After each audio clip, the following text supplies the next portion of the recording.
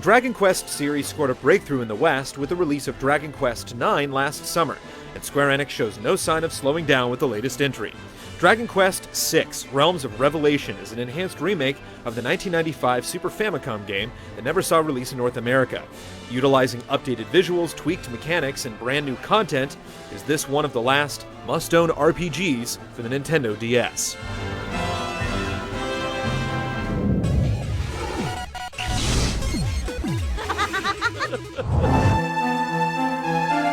Dragon Quest VI is a tale of two worlds. The story opens with four warriors failing to stop an evil fiend hell-bent on conquering the world.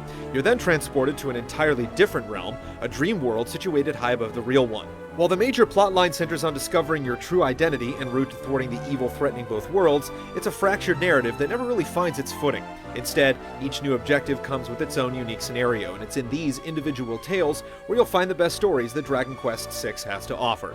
That said, they do lack as a whole the sort of sweeping drama that the series is known for.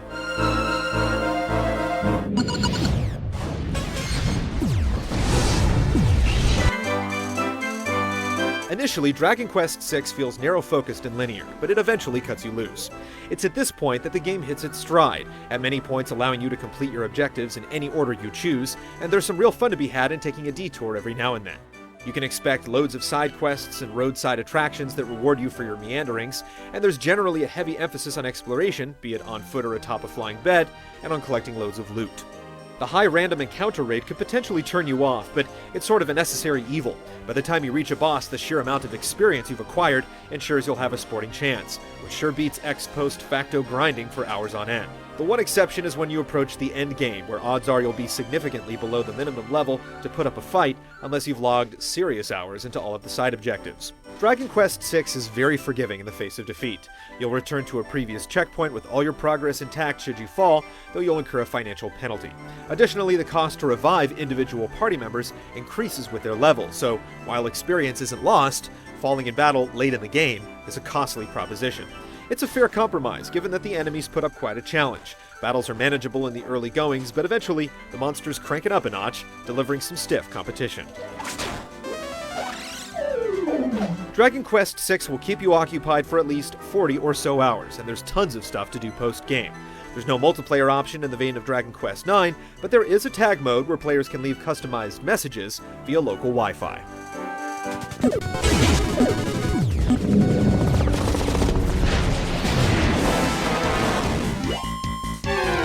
Dragon Quest VI is packed with turn-based battles. Commanding your party is simple and straightforward. You manually issue orders to each individual member and then watch the action unfold. You can also streamline the process by using canned AI settings, which dictate how specific party members will act in battle. Doing so will certainly speed things up, but don't expect it to effectively automate tough encounters. Initially, each member of your party has a fixed class, but you eventually gain the ability to switch their jobs. You're free to toggle back and forth between them, but you can only do so at a specific location. The skills your characters gain as they advance in job ranks are permanently retained, resulting in a level of customization that encourages mixing and matching to suit your preferences. You also unlock more advanced classes as you level through your jobs. There are plenty of recreational activities available outside of the core combat experience, like the Slip and Slime minigame, which plays out like curling, though with an odd twist. Slip and Slime is notable in that it's one of the rare instances where a game like this makes good use of stylus input.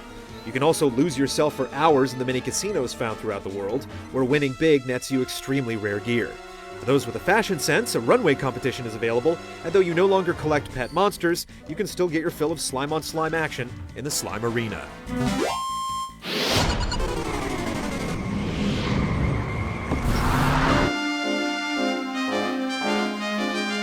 Blending 2D and 3D visuals is a risky proposition, but Dragon Quest VI puts its contemporaries on notice. The environments are chock full of detail, and the sprite animation is some of the best seen on the platform. The soundtrack is full of updated classics that will resonate with those familiar with them, but it could have benefited from some more variety. Overall, though, the package is top shelf.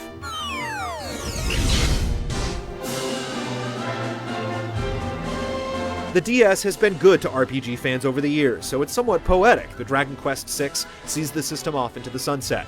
It's a game that lets veterans reminisce over days gone by, while allowing newcomers to revel in a golden era they may have otherwise never known. If you haven't experienced the Dragon Quest series yet, now is the time to jump in.